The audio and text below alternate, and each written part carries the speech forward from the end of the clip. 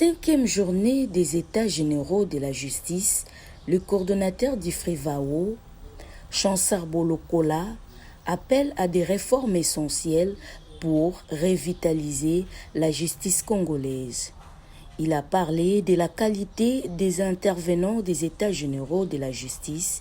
Il espère des réformes significatives pour le secteur judiciaire congolais et souligner l'importance de la volonté des acteurs concernés.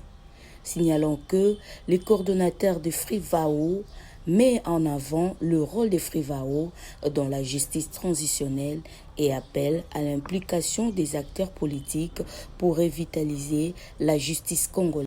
Oui, bien évidemment, parce que le FRIVAO étant le fonds spécial de répartition de l'indemnisation des victimes des activités illicites de l'Ouganda en RDC, c'est un établissement qui est créé suite à un contentieux international que la République ougandaise est appelée à payer pour les crimes contre l'humanité, les pillages et l'exploitation des ressources naturelles congolaises, le recours à la force dans les relations internationales, les graves violations de la charte de l'Organisation des communautés africaines, mais en même temps aussi de graves violations du droit humanitaire international et des droits de l'homme. Et aujourd'hui, on ne peut parler de FRIVAO sans parler du ministère de la Justice. Et pour les cas IGA aujourd'hui, on a parlé de guildes et associations, mais en même temps aussi, il y a des interventions qui ont fait allusion à la justice transitionnelle, qui a 4 démarches à savoir.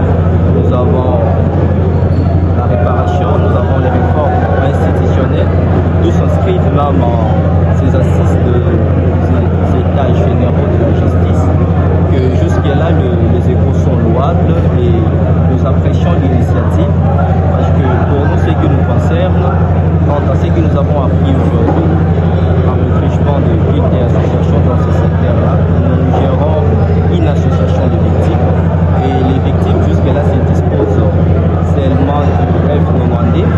Je m'engage en tant que coordonnateur de la structure de l'établissement, bien qu'autonome, de pouvoir accompagner ces victimes-là jusqu'à ce que ces victimes-là arrivent aussi à leur niveau, à se doter d'une personnalité juridique, parce que le F90 est un document provisoire. C'est dans ce sens-là que nous traitons un contentieux international. En ce qui nous concerne, tous les partenaires, tous ceux qui concourent à la réussite de notre mission sont appelés aussi à rimer avec les engagements pris au niveau de notre ministère de tutelle, qui est le ministère de la Justice. Voilà, il y a eu la base, nous en sommes aux deuxième phase. Quelles sont les attentes de FRIVAO à l'issue de ces deuxième phases?